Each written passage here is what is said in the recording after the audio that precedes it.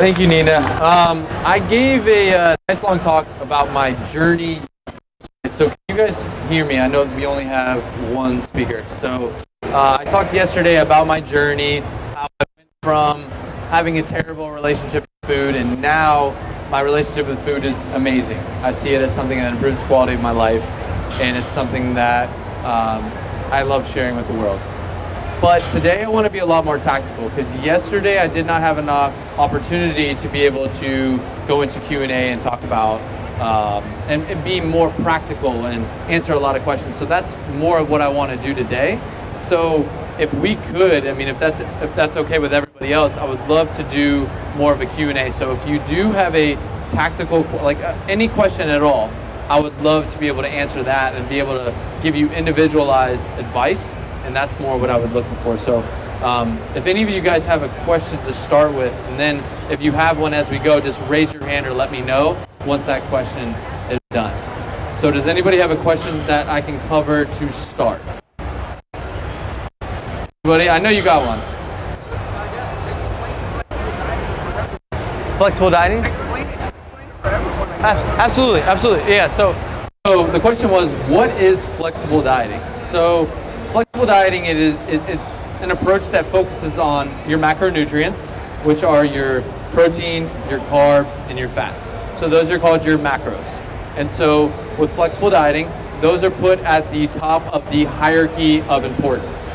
So we have our hierarchy of importance. So if you think of weight loss, weight gain, that's calories in versus calories out. Below that, your macronutrients, your protein, carbs, and fats. And so once you, and I can't go too deep into this, but each macronutrient has a certain amount of calories to them. So your protein and your carbs have 4 calories per gram, and your fats have 9. So if you hit your macros, you hit your calories. That's the beauty of it. You're killing 2 birds with 1 stone, and your macronutrients each play a unique role. So you have your protein, which is preserving or building muscle mass. You have your fats, which help regulate your hormone levels. That's very important. And then we have our carbohydrates for our readily available energy. And so the goal of flexible dieting is to focus on, okay, we have our hierarchy of importance. We have our macronutrients we need to hit on a daily basis. And if we hit those, then we can eat the foods we want to fit them. But what happens is people take an approach like, if it fits my macros, then I can eat whatever I want. That's not what I'm promoting. I want people to focus on the macronutrients and the micronutrients. I want more of an 80-20% type of mentality. So for example, what that looks like, 80% of the time, you're eating high quality, micronutrient dense foods. Foods that you quote unquote think were healthy. They check off the micronutrient and they give you a lot of food volume and they help you hit your macros on a regular basis. But then you leave 20% of your macros to be able to fit in the things like your cookies, the things like your ice cream. And so what happens is you don't have this negative relationship with food. You're able to fit in foods whenever you crave them. And that's where I come in though, because a lot of times when people are dieting, those foods that the 20% get a lot harder to fit in because you don't have as many macros to play with. And so that's where my page comes in, because I take the foods that were the 20% and I make them to like they are the 80%. And you can fit them in and they keep you full and they check that balance. So that's the beauty of like what I was able to do, because whenever I was dieting, the 20% is what screwed me, because they didn't fit. If I tried to fit them in, I would overeat on them and then I'd go over my macros. But I was like, okay, I got to recreate these, survival, like I got to make it happen.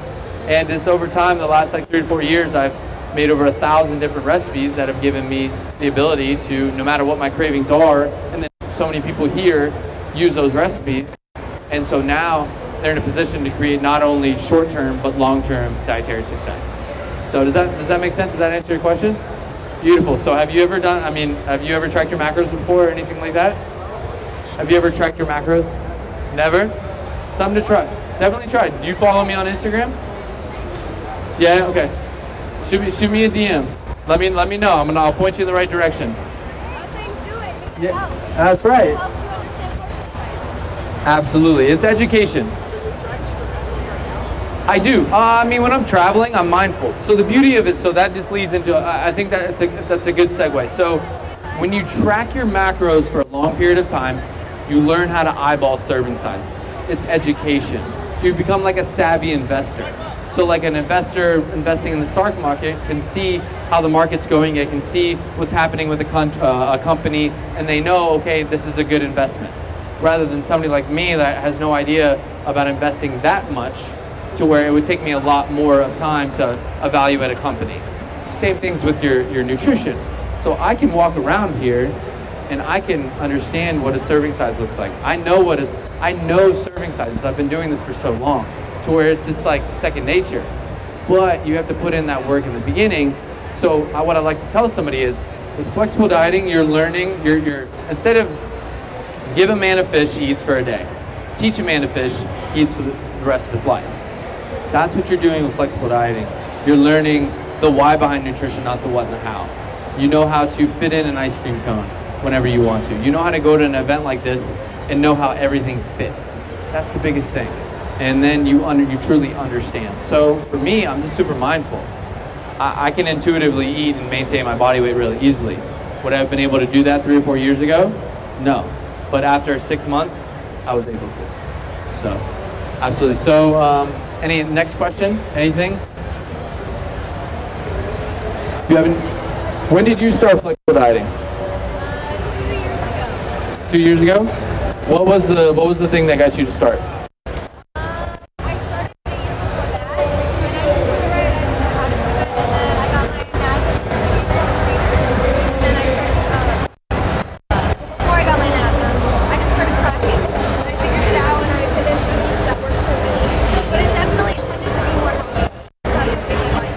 Absolutely. Yeah. Absolutely. So yeah, her journey. What was your name? Hannah. So Hannah was talking about the typical journey we all have when we come into flexible dieting. Yeah. No. Absolutely. Yeah. So Hannah, like me, when she first started flexible dieting, it starts with like you have the freedom now. So we go from this clean eating spectrum where it's 100% we can't eat a lot of foods. Like, it's clean or it's bad. And the moment we realize something's bad, we go into a binge, because what happens, we have that negative relationship with food and we're like, we're just gonna get it out of our system. So then, but what happens when we start tracking our macros, we realize that the reason why those foods are quote unquote bad is because they don't fit very well into your macros and they're very, very dense in calories. You can't rely on your hunger as a cue for how filling it is. So like foods nowadays, like how I like to see food as healthy and not healthy is, can you use your hunger as a gauge for how many calories are actually in there? And so with the foods that we create nowadays, like cookies, cakes, and everything like that, it's very hard to consume and have your body actually understand how many calories you're actually taking in. And so the difference between healthy and non-healthy, yes, there's more vitamins and minerals in some foods, but more importantly, your hunger is not a gauge to where if you're not tracking your macros, you overconsume. And so I can have a day where I eat the same amount of food volume. I'm equally as hungry, but I consumed over 2,000 more calories. And that's the beauty of it. And that's what I tried to do with what my page is. I want you to eat those foods that were quote unquote off limits. I recreate them into where you can eat 2,000 calories in a day, but you're really full. And that's what I wanted to do. And I didn't want to sacrifice on taste. And that's why I've been at this for so long, because I hate the term the real thing, but that's what I compare them to. So like I want to taste something that is the real thing, and then I want to compare mine that is a fourth of the calories. And that's what I like to do, and that's what I've been trying to do. So yeah, you're not alone. I came exactly from where you were from.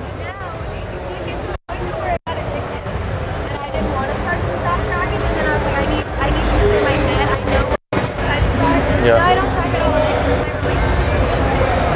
Absolutely. I don't breathe anything. All I want to do is that makes my body feel. Absolutely. So anyone can get to that. Absolutely. So Hannah just mentioned that like it became obsessive with her tracking her macros. So like it was a game. It was like, I'm just gonna track all the time, and if I don't track, I don't know if I can do it on my own. Like, and I was the same way. But once you just try it, and you're intuitive, and you're mindful, you're able to control. And that's going to be the biggest thing. Is just you're just mindful of it now. And once you try it once, you're like, wow, I can do this. And then it's just like when you first start tracking, you think it's so hard, but once you start, you're like, I can do this. But likewise, whenever you start doing an intuitive eating, that's what's going to go into, like, a lot of people are doing intuitive eating now, but they've never tracked their macros before. So that's very, very, very difficult, because if you can't be intuitive if you don't have the understanding of what being intuitive is. If you can't intuitively look at something and understand the nutritional profile of it, then you can't really eat intuitively. If you have no idea how to, what your hunger really feels like, what's true hunger, you can't eat intuitively. And that's the biggest thing, and that's super interesting. So I know you've gotten a lot out of this. This is really cool, because like I see a lot of where I came exactly from where you were. And it's the best feeling in the world when you know you're in control. No matter what, like I know no matter what, I'm in control. Really, really, really cool. How to adjust your macros? Let's say your baseline. How do you know how to adjust that? Yep. Okay, so the question was once you hit like a plateau.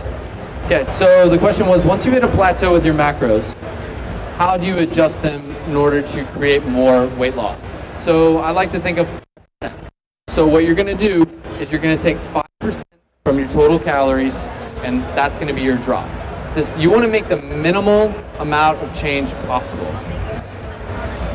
Yeah, so you want to eat as much food as possible while still making progress, because your body's going to adapt, and then you're going to have to make another change. So if you cut, that's what most diets do wrong. They have you cut so much in the beginning to where you have nothing to take away from. So I say, if you hit a plateau, let's just take 5%. 5% of your total calories, and then you're going to turn those and take that from your actual carbohydrate intake, because you need your fats, unless your fats are really, really high, I don't want to touch your fats too much, because your fats are very important for your hormone levels. And that's like overall health. And that's why you see a lot of women, when they diet for long periods of time, they lose their period. They lose their period because they drop their fats too low, or they get too low of a body fat percentage. So that's one thing I like to say. So you just take your total calories you're at right there, multiply it by 5%, and you subtract that 5% away, and that's just going to come from your carbohydrate intake. Yep. And one advice too is with women, you want to be very, very careful too, because women's bodies love carbohydrates. You guys' thyroids perform really, really well in them. So you see a lot of diets, they talk about, oh, go low carb. It doesn't work really well. Us guys, we're good. Like the keto diet for us, like fat is good. Like that's fine for us. But for women, it's not so much. Like you see their thyroid activity drops significantly. They lose their period very early on at a higher body fat percentage than you should lose your period. And that's something to be very, very, very careful of. So it's give or take. It's just really listening to your body. Really, really listening to your body. So that's and another one to think about is diet breaks. There's a lot of research talking about diet breaks in the sense of, especially for women. Women have very adept, your metabolism adapts really, really quickly. So they found that diet breaks have actually helped really, really like a lot. So for example, if you diet for 2 weeks, taking 1 week with going back to your maintenance calories, where you can just maintain your body weight, letting your metabolism kind of chill out for a little bit, then dieting again. And they said you do that you add about 4 weeks onto your diet, so you go a little bit longer, not as aggressive, you're actually able to maintain higher caloric levels throughout the whole dieting process, and you actually maintain more of your hormonal health a lot better. So it's really interesting. There's not a one-size-fits-all, but you just need to constantly be aware of what's going on. But that's usually how I like to do it. Okay, we had him right here, and he had a question, but awesome. Could you ask the question you asked me before we started? The one about your social media. Yes, that's a really good question. So before we started this, she asked me a question. It was, how do you get started on social media? Because she's been following, like, what was it? been following me for about 2.5 years. For about 2.5 years, so she's seen it. Like, I was a small account. Yeah, and so like over time, there wasn't ever that moment where it just like went through the roof. It was just consistent. And her biggest thing, she asked me, was like, just how do you get started? How do you have the courage to get started? And the biggest thing was knowing that you're so valuable that the world needs to hear your story.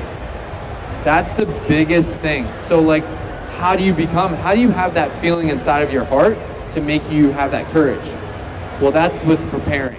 That's every single day making yourself better. In all aspects of your life, making yourself feel like you are so valuable, that you're putting in so much more work than everybody else. Always. And you're getting better so you can help others. And so, for example, if I walk into a room, I know that room is better because I'm there. Like, when we have that feeling, that's not me being like narcissistic or like, no, that's just me feeling like I can give. Self-love. I can give to the world. I can love others better because I'm a better person. And so the biggest thing with getting started is getting yourself started. With 100% every single day comes with self-development. And not self-development for selfish reasons, self-development so you can give more. And that's the coolest thing. Like, if you see, like, that's my videographer over there. And believe it or not, like, he's been for about 4 or 5 months now, and the best feeling I have in the world is being able to give him a platform that he can thrive on, that he can live a life that he feels so inspired. He inspires me on a daily basis because he's challenging me to work harder on a daily basis, and he's using his platform now, and he's known more for his videography, but he got started and he started talking about mental health. He has a strong passion for mental health.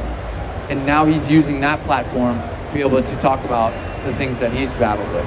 And that's freaking inspiring. And so getting started is not about you, but it is about you. So you need to understand that it's about you so you can be about other people. And that's the biggest thing that I wanted to hit on with you is, and the cool thing is, you're telling me about you and your mom like working out and cool, like that's so cool. Like it's just the moment it becomes about you to be about others is the moment you're going to win. Because you don't have any, you can go into it with expectations of something in return.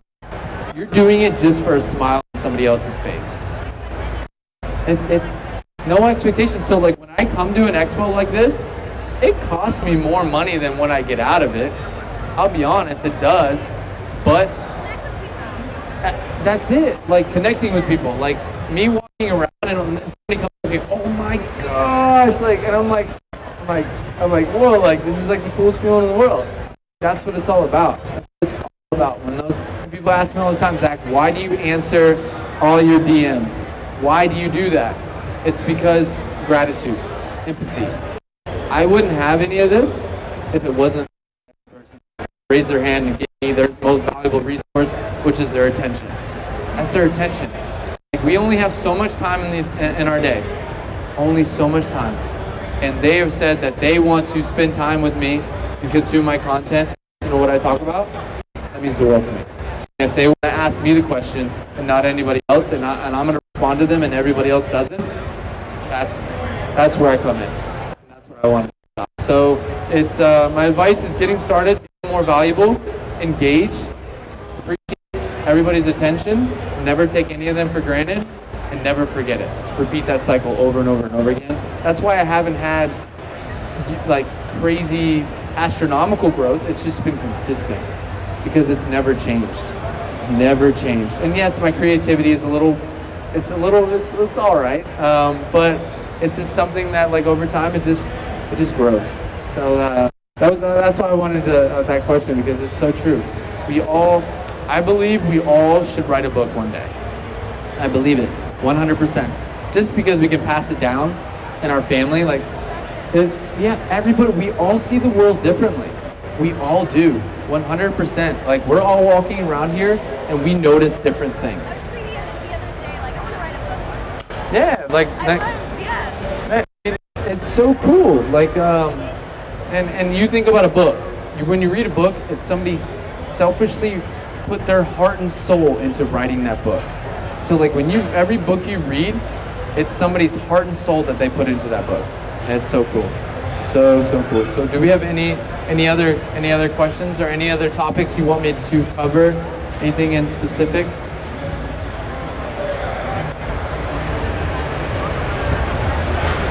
Fasting? Yes, absolutely. Okay, so the question is about intermittent fasting. So intermittent fasting is the idea that we have feasting windows and fasting windows. So let's just use an example of 24 hours. So the typical protocol with fasting is 16 hours of fasting followed by 8 hours of eating. Some people do it 20 hours of fasting, 4 hours of eating, etc. So that might look like you fasting until lunchtime and then eating until 8 p.m. You can only eat between that window. So what this does is, it's not proven that, okay, it's going to, all this increased testosterone and HGH that's talking about and survival mechanisms, that doesn't really come in until you've been fasting for like 3 days, like prolonged periods of time. But what it does do is it creates a restriction to where you can maintain caloric balance better. So if your eating window is smaller, the chances of you overeating is a lot less. And what we know about our hunger is habitual. If we eat at a certain time, for long periods of time, we will be hungry at that time. If you know somebody that says, I don't eat breakfast, I ask them, how long have you not been eating breakfast? Never been a breakfast person. I haven't eaten breakfast in like 10 years. I'm never really hungry. That's habitual. That's not like real, but you ask somebody who has breakfast, oh, if I don't have breakfast, I'm so hungry, like that's habitual. And so if somebody wants to start intermittent fasting, I tell them just to prolong their breakfast or just skip breakfast and have coffee. And what happens is, and especially with overweight people, this happens a lot. I said, just try and skip breakfast. Don't worry about anything else. Just try and skip breakfast. Don't worry about changing your foods around. Obviously, don't drink your calories and things like that. Like a lot of times when people are overweight, they're drinking way too many of their calories. But prolonging your first meal gives you more macros to play with the rest of the day. It's kind of like saying in the beginning, so say you have a month's worth of money you can spend in a month. And the first couple weeks, you become frugal, but you're going on vacation that last week. You have more money to spend on that vacation.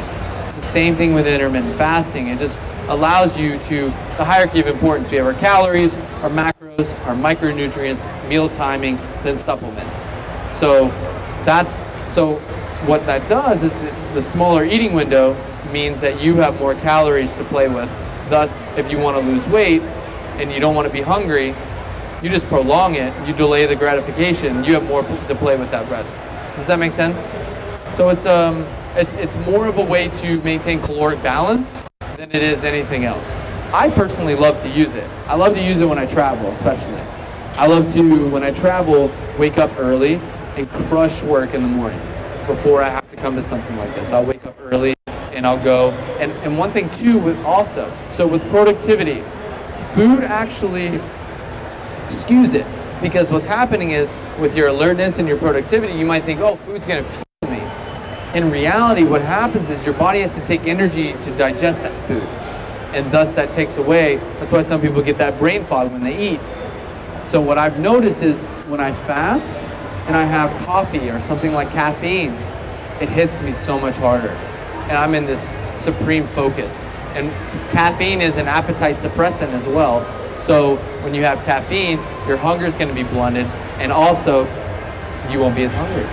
So that's something to think about as well, and that's something that I use all the time, and because I am super hyper productive in the mornings, and it works out really well. Did that answer? Perfect.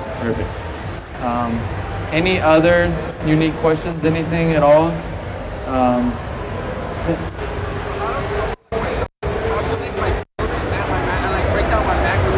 Absolutely. So focusing on like how do you figure out your macros? Okay. So how to figure out your macros is like, I can't really go into too much practicality because we need you to have a calculator in front of you and everything like that. But the biggest thing to focus on is, what are the most important factors? Number one is setting your protein intake first. Everything else comes from that. Protein is like the most important thing. It's from the Thank you so much. Thank you.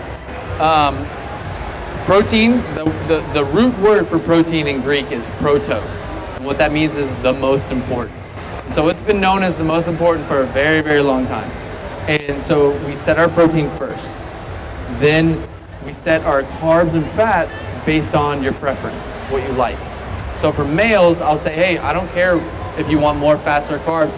I want you to figure out what's going to be more sustainable for you in the long run. So I want you to have enough carbs to be able to train. I want you to have enough fat for your hormonal levels. But then at that baseline level, we can mess around with it.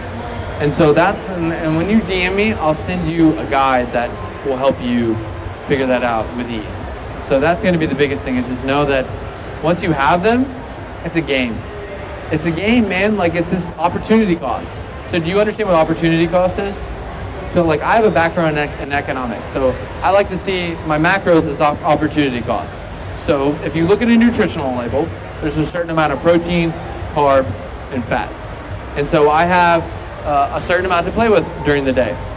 And the opportunity cost is, okay, if I eat something with 50 grams of carbs, 20 grams of protein, and 10 grams of fat, is it worth it to me to eat that if it's going to take that much of my budget away for the day? That's the opportunity cost. It's teaching nutrition through economic principles. And that's one of the main concepts in the book, is talking about opportunity cost. And that's the biggest thing, is like, what's your alternative?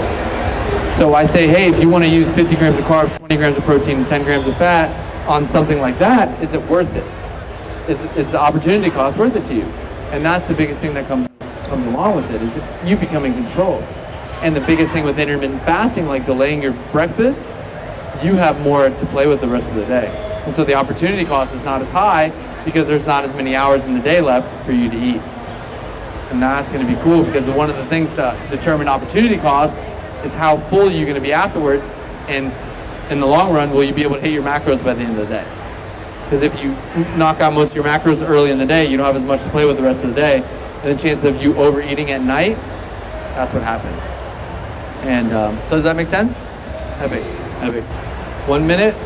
And one more question. If anybody has it, I would love to answer one more question. Anybody? Just for the heck of it, yeah. For what? Anything?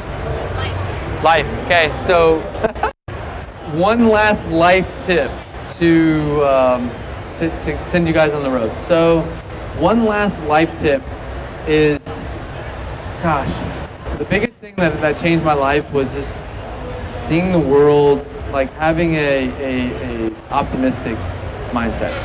Literally, I can put my wallet right there, walk away for 10 minutes, and I believe that somebody wouldn't take it and steal it. Or I believe somebody would pick it up, look around here and try and find me. They'd go in there and look at my ID and try and find me. So that plays two roles. I believe that, number one, if I'm like that and I have relationships like that where I just want to believe in everybody, then I will bring out the best in them. But number two is, I just think I'm going to attract the right people, because I will give everybody the benefit of the doubt, 100%, always, always, always, always. Because I know how it is when somebody does not trust me, or when they say they don't give me the benefit of the doubt. It really hurts my feelings, and thus I don't want to trust them. And so I believe we attract who we attract. I believe we attract the people that believe what we believe. And my biggest thing in life is be optimistic. Know that the pie can always be bigger. Don't try and just take a slice, and just respond with love and give everybody the benefit of the doubt. So, awesome. Well, thank you guys so much. It was amazing.